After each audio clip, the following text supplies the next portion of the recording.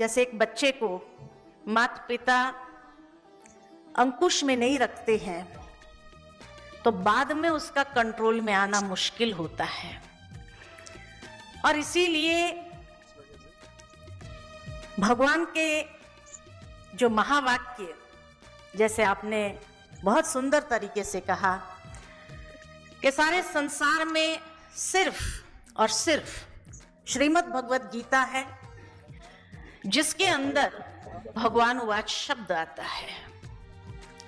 और इसीलिए गीता के अंदर कहा है कि मैं वेदों से प्राप्त नहीं होता, यज्ञों से प्राप्त नहीं होता।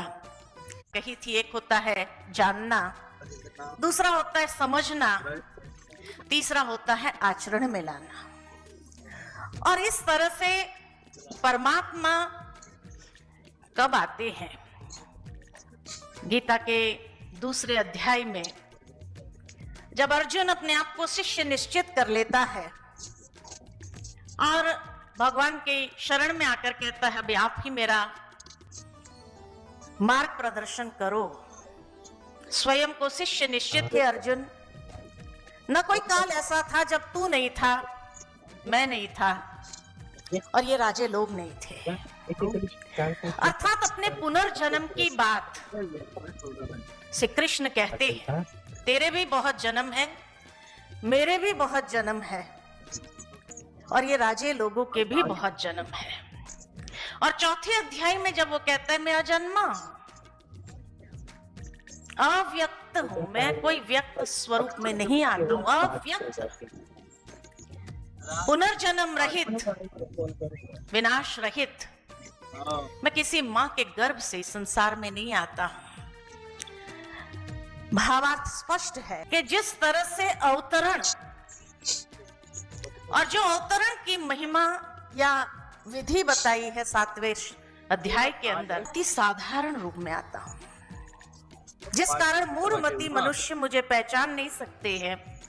कोटों में कोई में भी कोई जानकर पहचान कर मेरी शरण को ग्रहण करता है।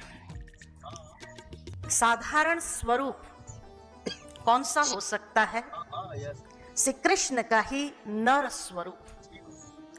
इसीलिए कहा जाता है कि नर ऐसी करनी करे जो नर नारायण बने। वो नर स्वरूप कलयुग के अंत में अगर कोई दिव्य स्वरूप में अवतरित हो जाए तो लोग उनको छोड़ेंगे नहीं, सेल्फी के लिए जरूर पहुंच जाएंगे, कार्य नहीं करने देंगे, धर्म स्थापना का कार्य नहीं करने देंगे, लेकिन सेल्फी, दूसरा हाथ रख दो हमारे सर पे, आशीर्वाद दे दो। इतनी प्रॉब्लम्स है संसार के अंदर, उसी के लिए जरूर पहुंच जाएंगे। हम मददगार बने ईश्वर के, ईश्वर को भी यूज करने का विचार आ जाए मनुष्य के मन के अंदर, इससे बड़ी धर्मग्लानि और क्या हो सकती है।